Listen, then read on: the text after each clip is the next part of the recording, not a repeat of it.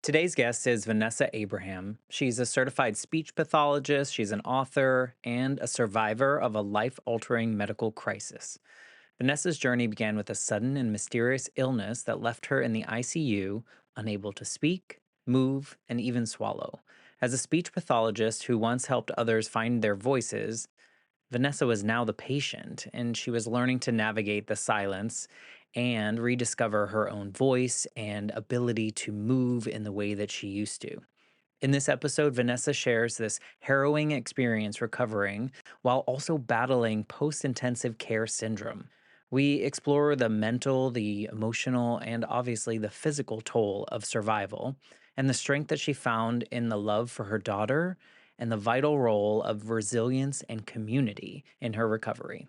Vanessa also opens up about her advocacy for trauma informed care and the life lessons she's carrying forward through her memoir, Speechless. This is a conversation about survival, identity, and really the power of connection.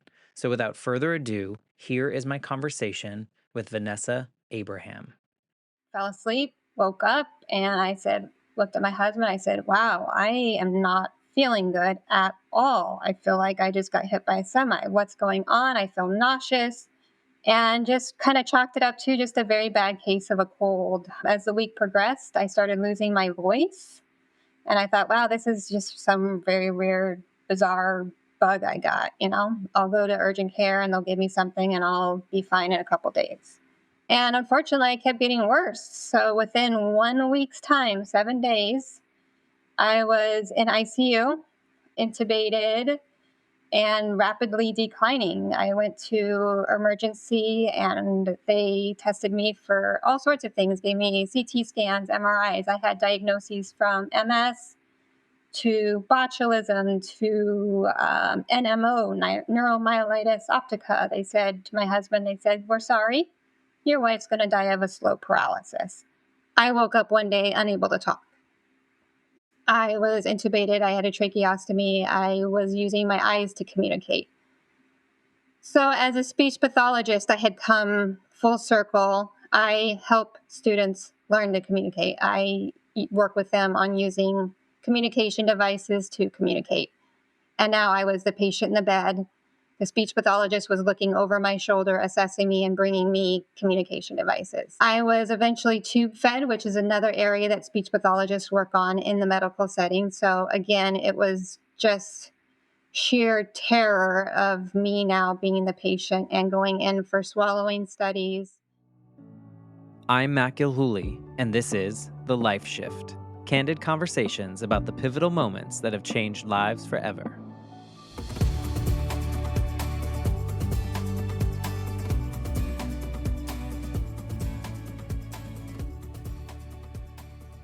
Hello, my friends. Welcome to the Life Shift podcast. I am here with Vanessa. Hello, Vanessa.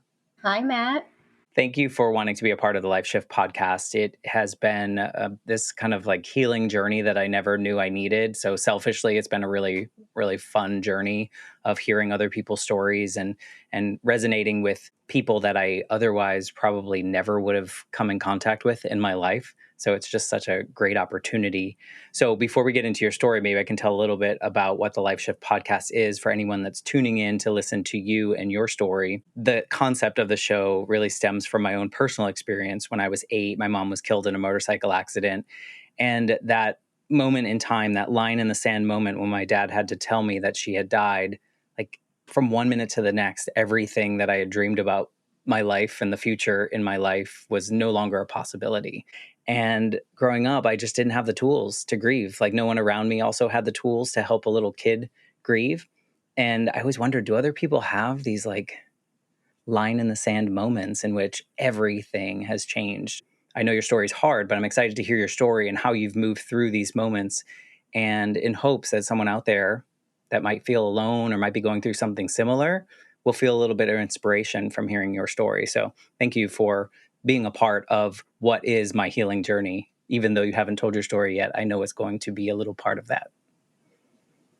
You are so right that hearing other people's stories are part of our healing journey. I've been tuning into your podcast now for a while, and hearing all your guests talk have helped me in my own journey.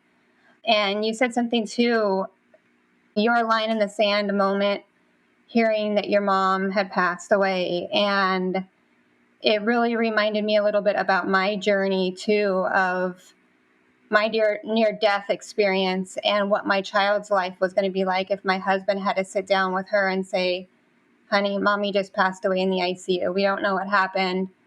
One day she was fine. The next minute she was paralyzed on life support, unable to talk, unable to move. And I thought daily what that conversation was going to look like for my husband sitting down with my own child. She wasn't 8, but she was 3 at the time, and wondering how her life would shift completely.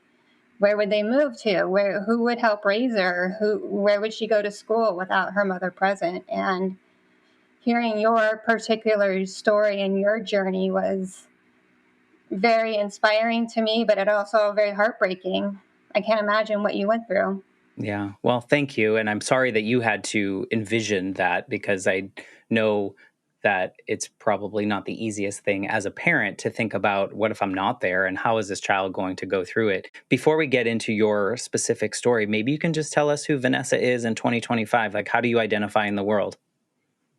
Oh, good question. So I am a speech pathologist. I'm also in my 40s.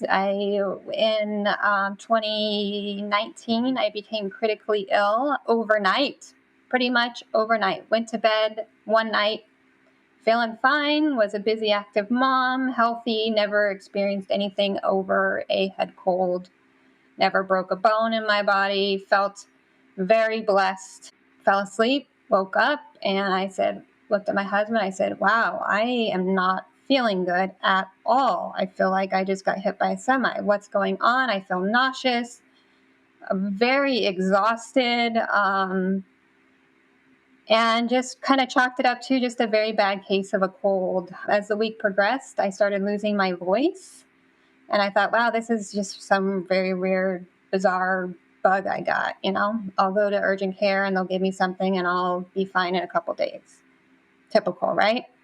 And unfortunately, I kept getting worse. So within 1 week's time, 7 days, I was in ICU, intubated, and rapidly declining. I went to emergency and they tested me for all sorts of things, gave me CT scans, MRIs. I had diagnoses from MS to botulism to NMO, neuromyelitis optica. They said to my husband, we're sorry, your wife's going to die of a slow paralysis. So that's when those thoughts came into my mind of what's my daughter's life going to be like. Pure anxiety, pure fear. But I kind of equate it to like Russian roulette, like somebody was holding a gun to my head and maybe I was going to die, maybe I'm not. It was horrific. I was in 2 ICUs. I eventually, let me back up a little bit. I'm a speech pathologist. So for me, I woke up one day unable to talk. I was intubated. I had a tracheostomy. I was using my eyes to communicate. So as a speech pathologist, I had come full circle. I help students learn to communicate. I work with them on using communication devices to communicate. And now I was the patient in the bed. The speech pathologist was looking over my shoulder, assessing me and bringing me communication devices. I was eventually tube fed, which is another area that speech pathologists work on in the medical setting. So again, it was just sheer terror of me now being the patient and going in for swallowing studies, again, being assessed for communication devices. I used everything that I provide my students. Like I said, I used eye gaze, where I would just look at letters or look at words, and they would have to track what I was saying with my eyes. Eventually, I was able to at least type letters on a piece of paper that was like an alphabet board or a keyboard. Eventually, as a speech pathologist, I managed to not tell them verbally, but type, I need my phone. I need text to speech. This is going to be a much faster way of communicating than typing letters like HELP on a piece of paper. So I progressed to that and eventually was able to use a thing called a Passimier valve that they but they put onto your tracheostomy tube, which allows you to communicate verbally. So What was that time period like? that was about a month's time. And you were fully like coherent and all this. So you're trapped essentially in your head. 100% trapped in my head. I knew exactly what was going on. The first week, not so much because I was very heavily sedated. So I was kind of coming in and out, and the memories are very blurry. But after that, I was very aware. And that also led to anxiety because I knew I was in bad shape. I knew that there was a speech therapist looking over my shoulder. I knew there was a neurologist and a critical care doctor and a PT and an OT and nursing. I knew that I hadn't seen my daughter in weeks. I knew that ICU is not a good place to live. So it was just a very, very traumatic experience. And now I'm really talking to people about this concept called post intensive care syndrome, PICS. So that is a lot of the psychological things that we deal with as ICU survivors. I equate it to PTSD. When I came home from the ICU after a month in the ICU and another month in rehab, just learning to walk and talk and swallow food again, I will never forget sitting down with my parents and telling them, I feel like I just came home from war. Fighting for your life and fighting to try to stay alive, fighting to learn to talk, swallow food again, move your body was so traumatic. So now, yeah, I have PICS, post intensive care syndrome. I would imagine. And you said that before this harrowing experience, you were a seemingly healthy adult doing normal things. Like, yes? 100%. I was walking miles. I would hike with my daughter on my back. She was very little at the time, but hike with her 8,000 foot mountains through Colorado. I would do yoga. I was at the gym every day. I was very healthy and fit. And overnight, literally, I fell asleep one night, woke up the next day.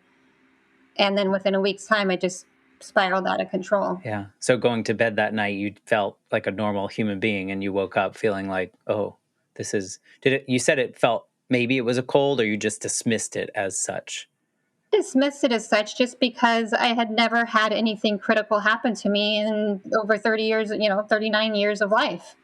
Right. And then you naturally, I think most people are like, oh, it's a cold, I'll get better. Like it just needs to run its course. But your running its course was essentially just getting worse and worse and worse. At what point did you know like hospital time? Like, were you seeing those symptoms at home? Well, when I was at home, I just knew that, wow, I'm just not getting better. And my husband even said that too. So 1 week, 7 days from the initial symptom till the next week, 7 days later, I woke up in the middle of the night, 1 a.m. or so, and I kind of fell out of bed. And that's when my husband says, you're not getting better. This is really weird. We got to go into ER. So that's what we did in the middle of the night. And then when I finally got to ER, I really, within that hour, maybe not even that, I regressed even further. I started seeing double. I remember waiting in the waiting room and pointing at like the clock on the wall and the TV. And I told my husband, I said, I see two clocks. I see two TVs. There's two nurses there. Like everything was double. So that's another sign that, okay, this is really weird. I couldn't even get off the chair. And they didn't know what was going on, right? You said they'd like No idea. They once spaghetti I at the got wall. into yeah, once I got into ER, they ran a bunch of tests, but it was very inconclusive. They were throwing all sorts of diagnoses at the wall, and all they could say is, "We don't really know what's going on. It looks like this, but it's could be this, and all we know is that she's getting worse." Yeah. And that can be really overwhelming too, I'm imagining, because if they think it's this and there's a treatment or something towards that, but if it's not that and it's this, could that be could that treatment be hurting it in this way? So I would imagine did you experience that where they were trying to treat something and then it made it worse or? No, they Okay. did try to give me some different treatments, but that basically did nothing. Okay.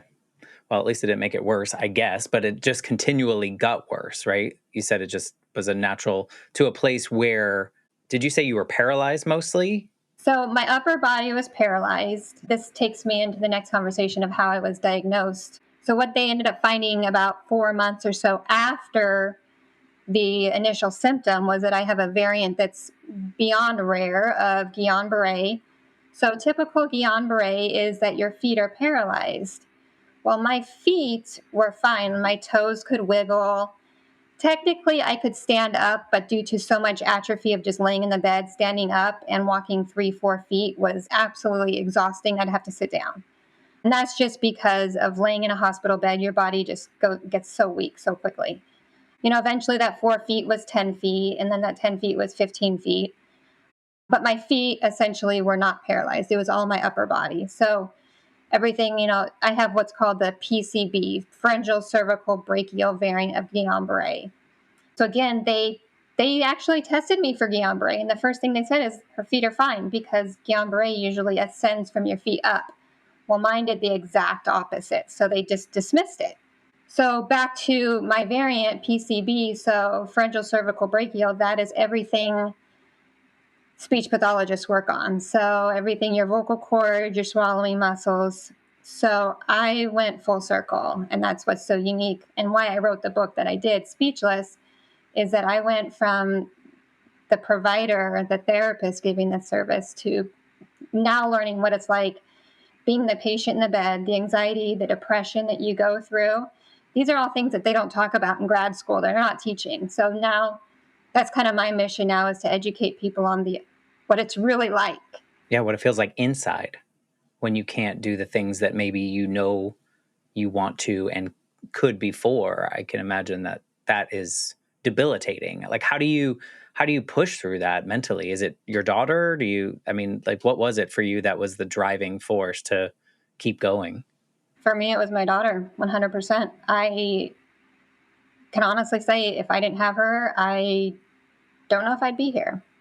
I understand that, and I think it's real. I think it's really hard to work, so, like, especially if you had everything taken away from you, essentially. Like, I mean, communication is like the key to life, and if you had it before and now you're losing the ability to do it easily or the way that you were doing it, I can imagine what that feels like. And like, why go on? Why push? I lost my identity. I lost who I was. Was there pain involved as well? Yeah, there was pain. In the ICU, I was heavily sedated because of the extreme pain. But the loss of identity, I couldn't shower. I couldn't get myself to the bathroom. I couldn't brush my hair. I couldn't dress myself. I went from doing all of those things to overnight losing that ability. And you mentioned too the driving force in the ICU and in rehab. My husband and the doctors and my team decorated the wall in front of me.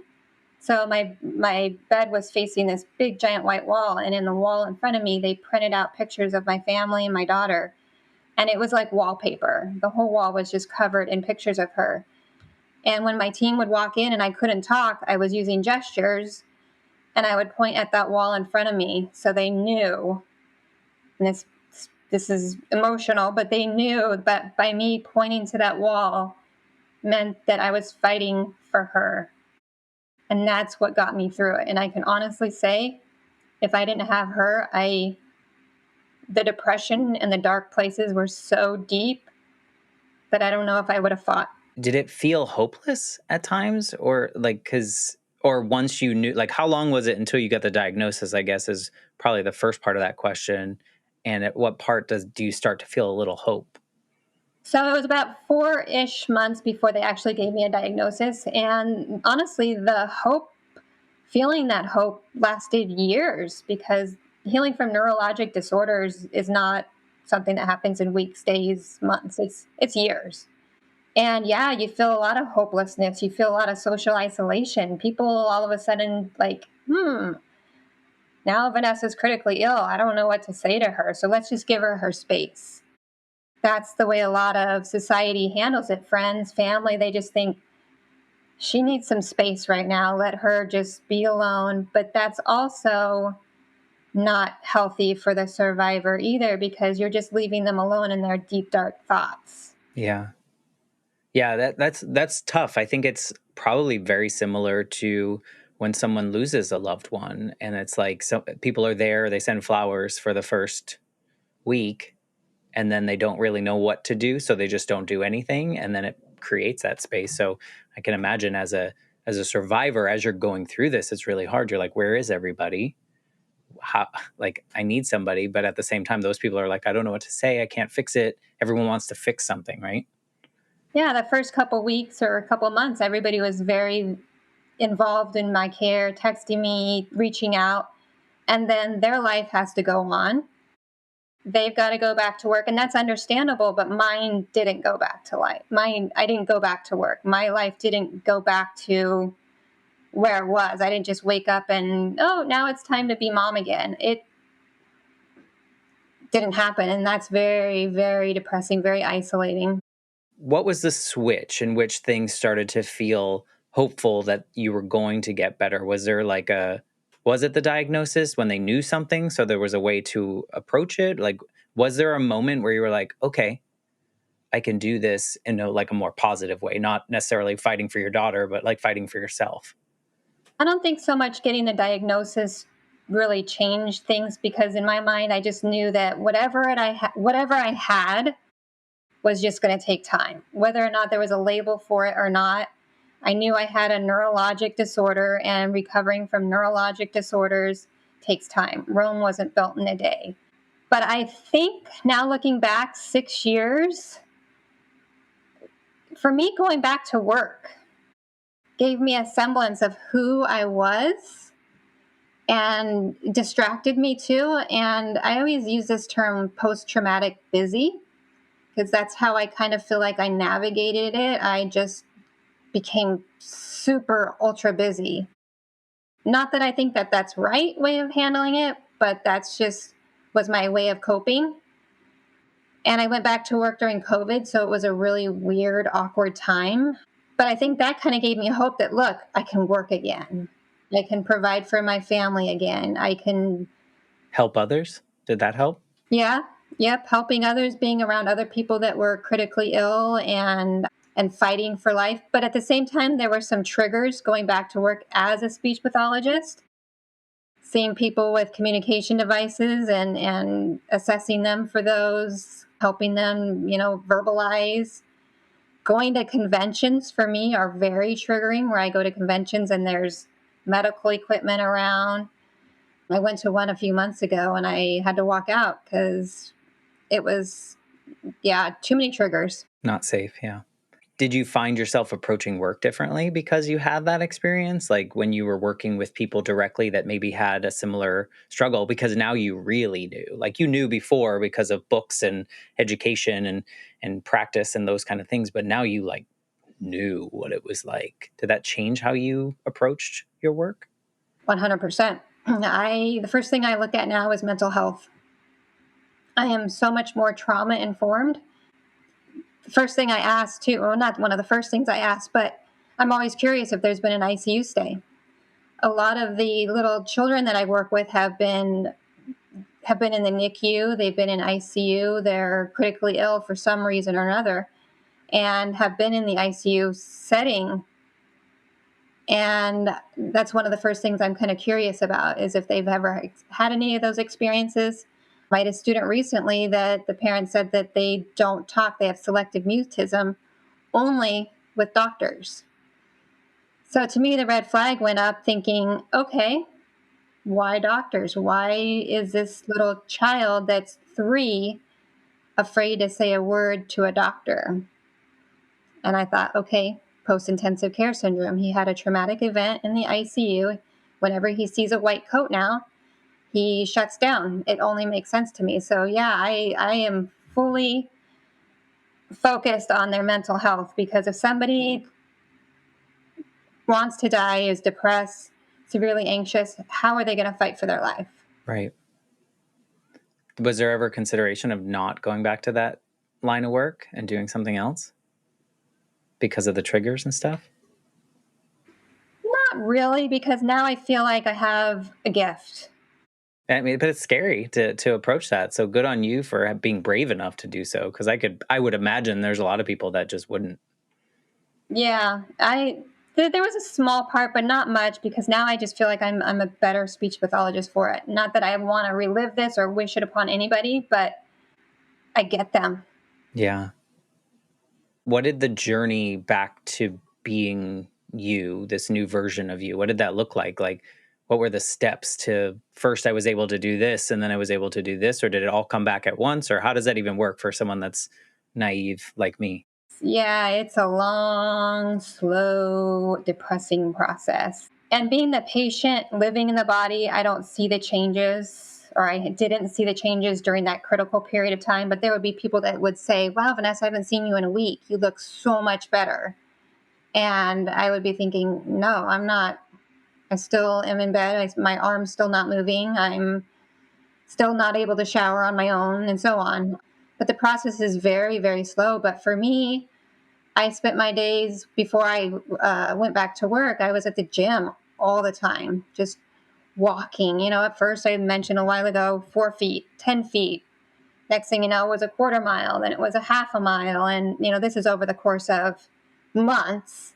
I certainly wasn't walking a half mile in the first 2 months of my life, or post ICU, but just continually progressing. I would write it down in like a journal. Okay, today I walked 2 laps or whatever. And the next week at this time, I'm going to increase that to 2.5. Or I walked on the treadmill for, 15 minutes. I'm going to increase that to 20 minutes. Or I'm going to do an incline today. Or, last month I was able to lift a water bottle, a little 12-ounce water bottle. Well, maybe next month I can lift 2 water bottles. I wasn't lifting weights because weights were too heavy. I needed something very, very light at first. So just measuring that progress, but it's slow, and that slowness just adds depression. Hmm. Yeah. How about the speech? What was that coming back to you? So the speech, I was what we call nonverbal, non-speaking for about a month, and then I was extubated, where they removed the tracheostomy, and I'm able to communicate verbally. And that was really, really hard. I was in an interview recently, and I told them, I said, there's only one thing that was harder than that in my life, and that was childbirth. Childbirth was very hard. Nothing similar to that, but learning to talk again and just go, ah, with the passing ear valve on my tracheostomy was, I think the first time I was only able to have it on for like 10 or 15 seconds because it was so exhausting. So much work. Most people don't experience that, but the nature of my disability or my disorder and the damage to the nervous system that I sustained made it more difficult. So once that was removed, I was able to communicate verbally, and my voice did take a change during that time just because of the nerve damage. So my voice, I remember my husband saying too, like, you don't sound the same. But that has come back. That my voice, I feel like, is the same tone as it was pre-injury. There's still a little weirdness with my vocal cords. I have this thing called PVFM, paradoxical vocal cord motion disorder, where I get these things called striders, where the vocal cords they just don't move as they should. It doesn't happen often, but when it does, it's pretty scary. Feels like I can't breathe. Mm. Yeah, that's frightening. That's more than scary. Yeah, it's terrifying. And what's even more scary is when my daughter sees that. Mhm. But I would imagine too the post-traumatic stress that you get from, like, is it happening again? Do you have that? Do you have those moments? Is there a chance of all of that coming back? Like, how do you navigate the world to avoid being in that situation again? It comes back all the time. I try to remind myself that it's rare to come back again. Try to manage stress, try to be grateful, try to be mindful that the chances of it coming back are pretty slim. But boy, when I have those moments where the vocal cords stop working correctly, or I have difficulty swallowing food, because I'm not healed, I'm not where I was. There's still a lot of weaknesses. Am I a lot better? Oh, yeah. But there's many PTSD type moments where I think, okay, am I going to die in front of my child? Is she going to see mommy not breathe and I'm going to turn blue in front of her? And is that going to be her line in the sand moment where her life completely changes, where she sees mommy die in front of her? Is there a trigger that would put you back in that same situation? Like when you went to bed, was there a trigger, or is it just some kind of natural thing that happened in your body that For me, there was activated? nothing. It was, I don't know if it was my time or stressful. I was raising a little child, toddler at that time, working full time. There wasn't for me. Some people do have triggers that brought it on. For me, they had no idea. They searched everything. They even looked over my body for tick bites and different bug bites, thinking, checking my scalp, but nothing. Do you wish there was so you could know that there was like what to avoid? Feels much Yeah. scarier on the other side. Yeah. I wish I knew so I could say, you know what, don't eat that, don't take that, don't whatever. But for me, it was just out of nowhere. Went to bed one night, woke up the next morning, and something just paralyzed, some virus paralyzed the medulla and pons in the lower brainstem. That's what they found on the brain imaging scans, that there were lesions in the medulla and pons of the lower brainstem. And yeah, I'm no doctor, physician, or neurologist. I don't know how a virus can do such things, but it happens. And Do you approach life differently now that you're kind of moving, like you're out of this and you saw a close near death, as you say, experience? Do you approach life differently? Do you live your days differently than you did before? oh yeah, oh yeah. Like I said before, I'm far stronger than I ever imagined I was. I look at so many things in my life and other people's life, and I think, oh, you have no idea. You have no idea. You're complaining about like a broken finger, or, you backed into another car and you got a bumper that's bent. Really, truly, there's big problems and there's little problems.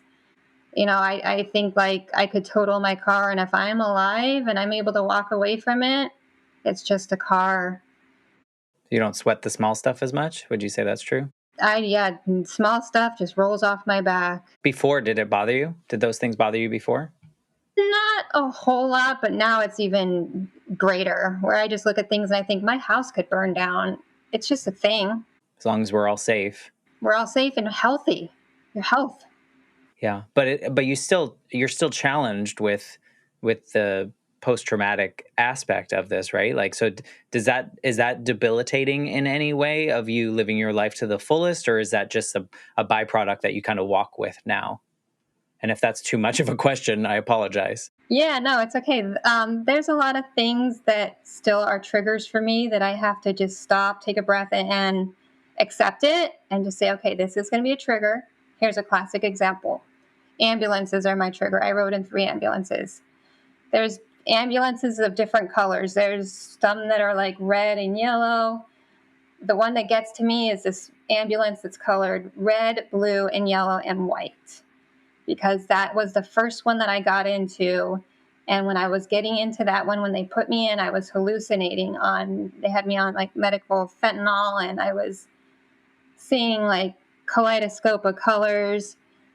So when I see this particular colored ambulance, I just palm sweating, heart rate starts to increase, kind of tears in my eye.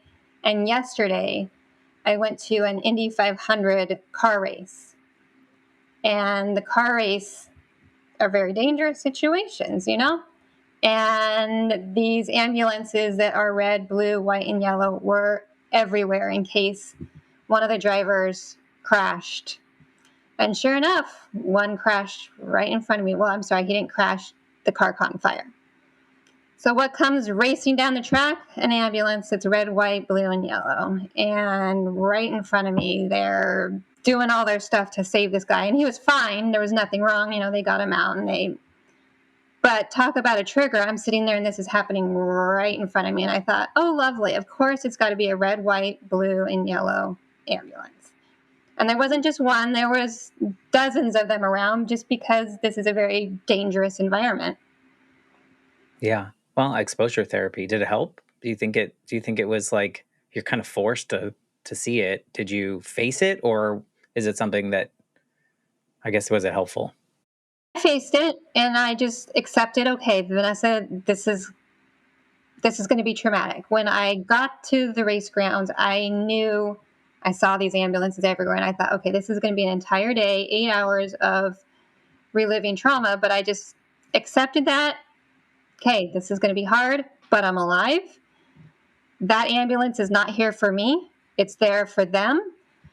My time is over, but it's a mind game. It's a mental shift that you have to keep telling yourself 6 years, 10 years, some people 20, 40 years later, that these traumas are still with us. They don't just poof, go away with counseling. Yeah. Is that something that's part of your healing journey with any kind of like mental health counseling, or is this something you're trying to tackle on your own? Yes, I have been through so much counseling. Have you found one that you like? Well, I'm going to get to that. So I've done cognitive behavioral, I've done hypnosis, I've done, Tapping, yeah, tapping, ACT. Gosh, I can't even think of all of them. EMDR. Did you do that one? EMDR. But the one that's helped me the most, honestly, is my ICU support groups. Hmm. Stories. Hearing other people's stories, sharing Yep, your own. yep. And listening to podcasts like this, knowing that I'm not alone. I'm telling you, the power of story is so underrated, I think. And I think from multiple perspectives, but definitely from hearing other people's stories, because we're like, oh, I'm not alone. I can, I'm not weird for thinking that particular way. But I've seen in this podcast space people telling their story for the first time, or, maybe this is their first venture into sharing their story, and what it does for them to just get it out of their mouth. In your case, I don't mean it to pull from your story, but, being able to communicate it out loud can help so much, right? Or writing it down or putting it in outside of your head. And so I think of you in that bed not being able to communicate in your normal way. I can't imagine what those thoughts, kind of were swirling around. And so hopefully by you writing your book and telling your story in this way, that's also healing. Are you finding that? Yeah, to the point that the book took me 5 years to write because of the emotional toll it was I taking bet. on me. And I would type a little bit and then I would walk away from it for months or a year. When it launched in January, that day, I walked away from the launch interview and I thought, I feel so relieved and so much lifted off my shoulders that I thought, I wish I would have done this sooner. Yeah. But you did it in your time. Yep. There was just such a release, though, at that moment that.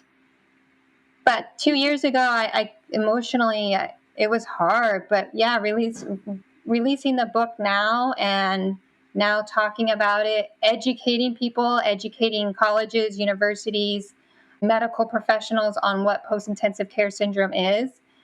Going back to the mental health therapies and those types of things that I've received, I've asked so many mental health therapists, do you know what PICS is? Post intensive care syndrome. Not a single one has heard of PICS. And my heart breaks because I think, well, how are you going to help an ICU survivor if you don't even know this exists? So that's where I'm at now with my book. I want people to become educated and aware of the traumatic experiences that we go through fighting for our life. Yeah. The awareness is so important. And I can't help but also think about the people around, like the loved ones of the people that are experiencing this, right? Like your husband or your family members or your friends that stuck around, like if they had more awareness, like when they read your book, or, people in that kind of space, to just know how to approach or help or not help or just be there for individuals that are experiencing what you experience, I think is also a huge win. They don't have to be medical health professionals in that case, but like just general people having this understanding that this exists. This is how it feels from Vanessa's experience and her perspective. Like take that in, and I think that's helpful in itself. Are you seeing that with your book out now? Oh, yeah. Educating the family is huge. Not only do we, as the patient, have PTSD, PICS, but there's PICS family of what the family goes through, seeing their loved one in the bed, unable to talk, unable to, swallow food, unable to move, unconscious. There's a lot of trauma that the family goes through that they need counseling too, and their needs need to be met and addressed emotionally, mentally as well. So yeah, I'm all for and a big advocate of educating the family too on what they need. As a patient, when the hospital sent me home from rehab, insurance provided me with all sorts of medical equipment, shower chairs, medical equipment for tube feeding and cleaning my G tube that I had in my stomach. But the big thing that was lacking was the referral to mental health.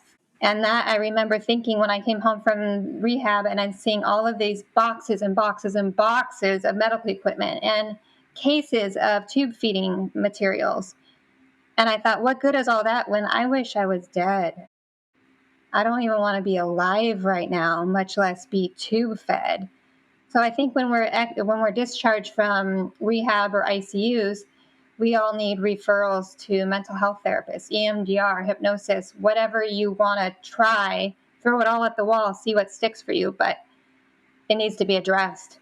Yeah, I think that's a big issue. I think just in general, I feel mental health is seemingly like the ugly stepchild of health services, right? In a way that I think it's better now. I think people are more willing to say that they get mental health care because it's mental health care is healthcare, right? Like I feel like it should not be an offshoot. It should just be part of that journey. I think that you don't have to go through something super traumatic like you do to still find benefits in mental health care, right? But to your point, if you do go through those really extreme moments, there definitely should be some aspect of that. I'm sure some people will be like, no, I'm fine because they're not ready for it. But if you're ready for it, you should have some kind of referral that gives you the resources you need and not just the boxes of physical supplies that can get you through the day. Because that's not going to get you through the day if your mental health is not good. Yep. I think we're becoming more trauma informed as a society. And seeking mental health services is not such a bad thing as it was 10, 20, 30, and more years ago. It's okay to admit that, hey, I am seeking counseling. I am trying this, or I have tried that. I'm not afraid to admit all of the different, I just said them all: EMDR, ACT. Yeah, why would you? Why should you be afraid? Why should anyone be? I mean, it's just like I mean, if we want to equate it to something really simple, it's like going to the gym. Like if you get your mental health care, it's kind of like going to work out. You're getting whether they're negative thoughts, whether they're harmful thoughts, whether they're semi, positive thoughts, like getting them in order with a neutral third party is like I don't see why there's such a stigma to it. There's not as much to your point. Yeah, I don't think there's a stigma to it, but I know there's a lot of people that still are living in fear of that, and I feel sorry for them because my PICS support groups are what got me through it. They were always there for me. They understood me. That's the big thing. That was my community, and I talk about that in the book Speechless as well. Is I needed a community of people that understood me, that understood trauma and the depression and trying to be a mom again and the loss, the grief. And for me, all the therapies, they were great. I took little pieces from each different therapy and try to apply them in my life daily.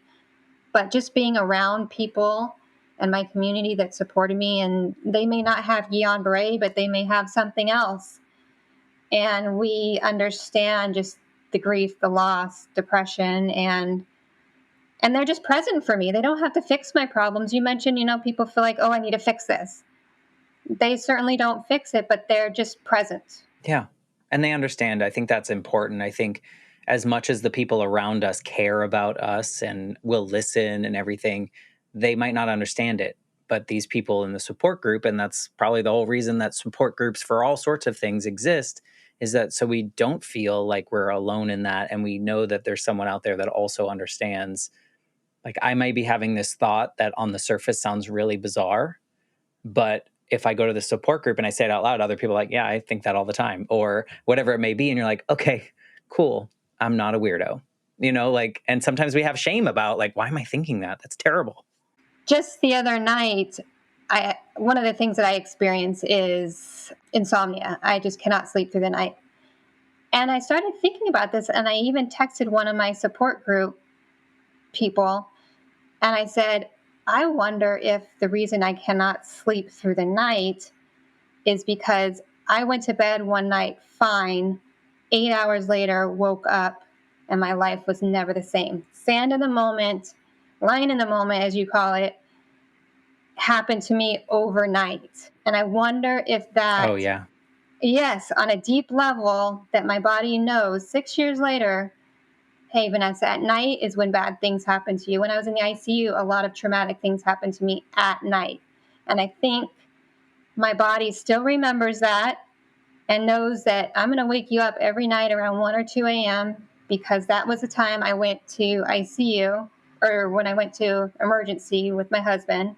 It's when it all started. And ever since then, I wake up at 1 or 2 o'clock. And I sent my support group friend this information, and she's looking at me just like you are and saying, yeah, but supporting me through it and saying, Vanessa, you're onto something. Yeah. And no, I mean, it makes so much sense. It's like, especially the fact that like when you're sleeping, you're so vulnerable. You're not awake. So like there's nothing you can control, right?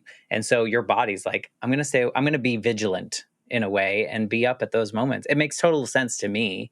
I think that it and that's great that the support group was like, yeah, I totally do the same thing.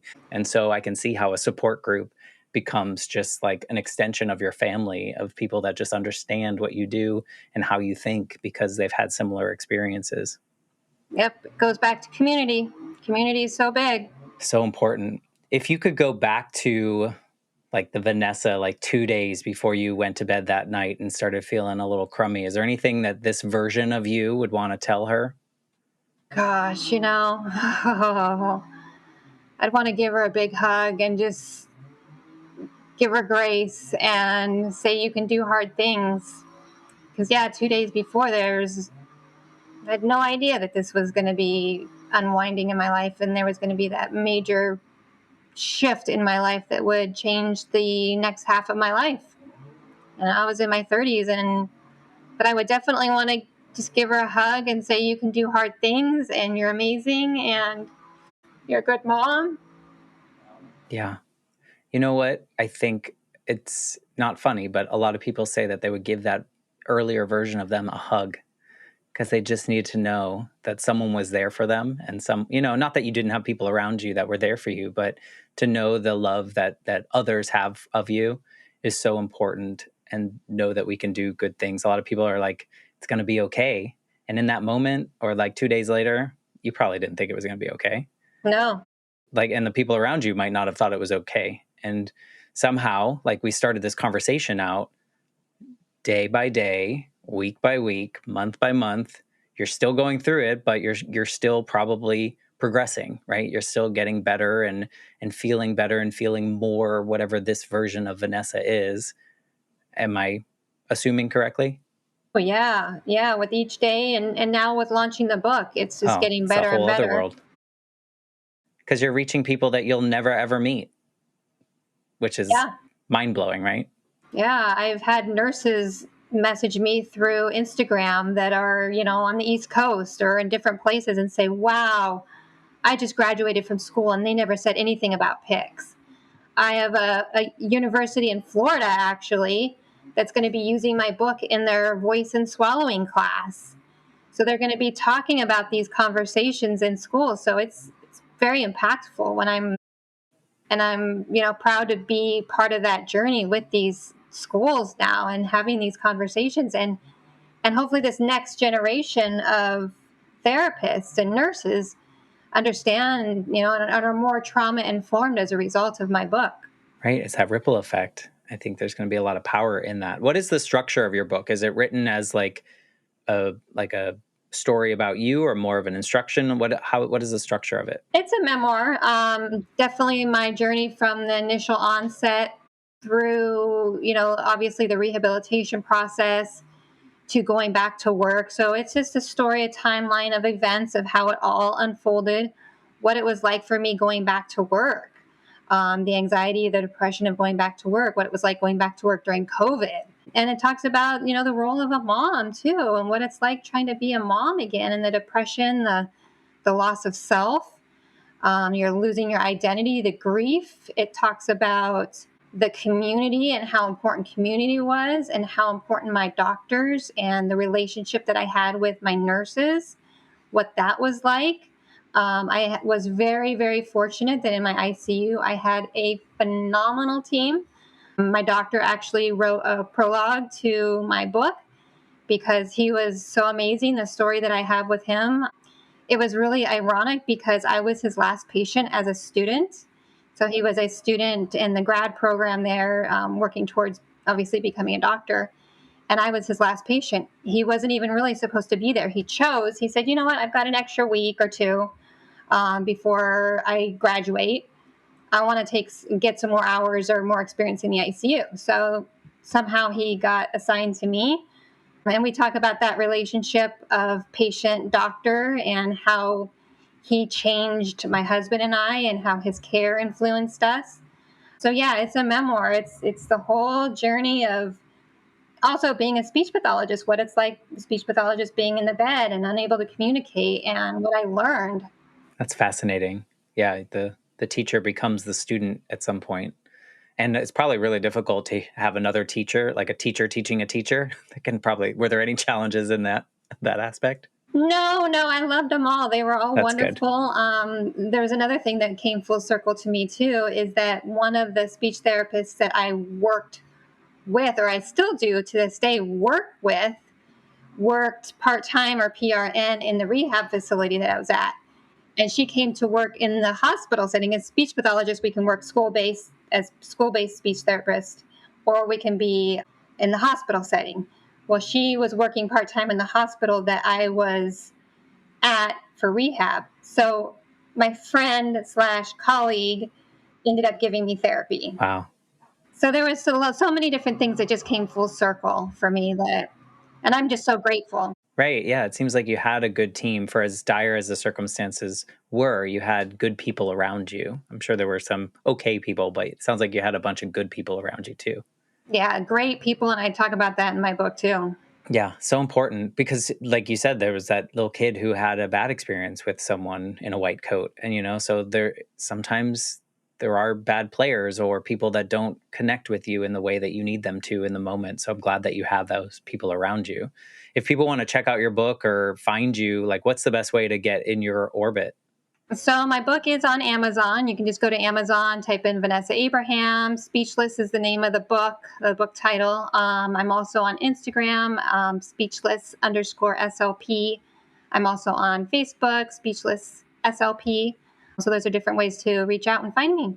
Awesome. Well, we will put all those links in the show description or the episode description, so it's easy to get to. So I'll make sure to put the link to the book and then your other platforms. How do you feel if someone wants to reach out to you about their own story and just share a little bit or how your story impacted them? Are you okay I with love that? it. Yes, 100%. Love hearing other stories. That's why I listen to podcasts like this all the time. When I'm in the gym, it's always, if someone were to ask me what's in your headphones, it's always podcasts, trying to, communicate and reach out to other people that are going through, not, just doesn't even have to be critical illness, just living traumas. Yeah. No, I think it's beautiful. And I think that I hope people listening, if you're inclined to reach out, please do, because I think Vanessa would like that. I always ask, if someone in your life needs to hear Vanessa's story, we would love it if you share this episode with them because I think you never know what part of someone's story is going to resonate with you or someone around you. It might not be the peak of our stories that people connect with, right? It might be some other part of that journey that they need that puzzle piece, right, to fill in and help. So if there's someone in your life and you think this episode would resonate with them, we would love it if you share it. I would think you would agree, right, Vanessa? Yes, 100%. People don't realize that an ICU stay, a hospital experience, is traumatic. Hmm. I've spoken with so many people over the past 5, 6 years, and they say, oh, my niece, uncle, nephew was in the ICU, and they've come home and they're never the same. And I say, yeah, it's because there's this thing, there's a label for it, there's a term for it, and it's called post intensive care syndrome. Are they experiencing brain fog, depression, anxiety? Yes. Yes, please share this show. Yeah, no, I love it. Thank you for coming on the Life Shift journey with me. I like to call it a journey because I never know where these conversations are going to go. And I kind of look at these as the conversations that I wish strangers would have in public so other people could overhear. So that's kind of how I look at this podcast. So thank you for just being willing to come on the show and not know exactly where we were going to go with the conversation. No, thank you. I'm so glad to be here. Thank you all for listening. Thank you, Vanessa, for being here. If anything that Vanessa said resonates with you, please reach out, follow her on Facebook and Instagram, get her book on Amazon. We will give you all the links in the episode description. And for that, I'm going to say goodbye, and I'll be back next week with a brand new episode. Thanks again, Vanessa. Thank you.